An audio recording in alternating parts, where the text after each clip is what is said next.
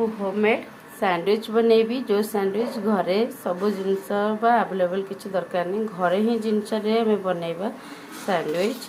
तो चलतु बनैबा मुझे बनैकी देखेबी केते सुंदर घरे ही सैंडविच बन घरे थी आवश्यक सामग्री रे। चलतु बनैबा स्टार्ट करवा। एठी देखंतु दुईटी पाउरुटी रे एमती टमाटो सॉस नहीं जाइए चिली सॉस जस्ट टिके मारदे कारण पिला माने राग खाई परिबे। गोलमरीच गुंड मु घरे बनैथिबा गरम मसाला चाट मसाला टिके बे मु घरे बनैथिबा चीज दे दोची।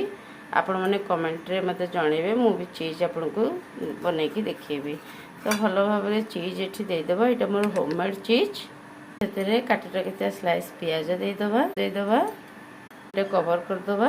तावरे टिके रिफाइंड तेल ब्रेड को रखी देबी ब्रेड को एवं ताको कवर कर देबी 1 मिनिट पई काढी देबा लौटै देबा